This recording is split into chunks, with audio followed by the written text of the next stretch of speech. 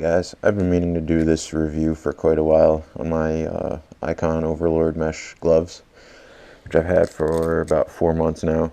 I've got to admit I'm not the biggest fan of them, but they were pretty cheap, so they were a decent value, I suppose.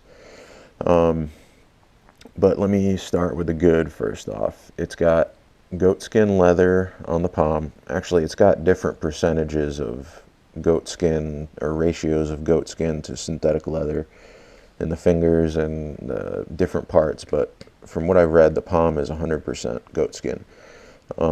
But either way, I like the feel that the leather palm and the fingers give on the controls, on the handlebars, the throttle, and the clutch and everything. The rest of it is mostly neoprene, so it gives you a nice tight fit, and it kind of contours to your hand. It's got this rubberish padding on the knuckles, which is good. I paid $35 for them. Usually for a glove that price, you don't get that. And it breathes pretty well. It's got this micro mesh stuff on the top side of your fingers and thumb, and it's got a little bit of extra abrasion resistance on the knuckle on your thumb, but I feel like in a crash that wouldn't really do too much. But so what I don't like about it is what I just mentioned, the fact that there's mesh all on the back of the hand. It'd be nice if it was leather. While this padding on the knuckles is good, it'd be better if it was, a CE rated armor, but like I said, for the price, you get what you pay for. And on the back over here, this is really, if you went down, this would not protect you at all.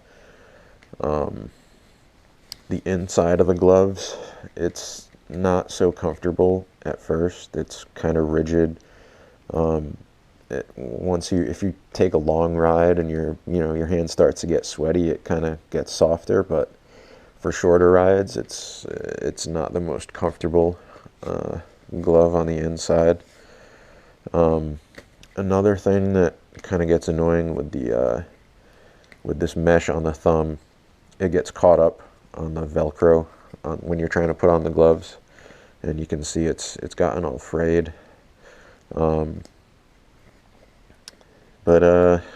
Yeah, it's got some extra protection on the back of the fingertips, but same thing with the thumb. I mean, I feel like it's kind of just for vanity. Like it wouldn't really do all that much if you went down. It's not very thick leather. It's just kind of a thin, and I believe this part is mostly synthetic leather. It's not goatskin.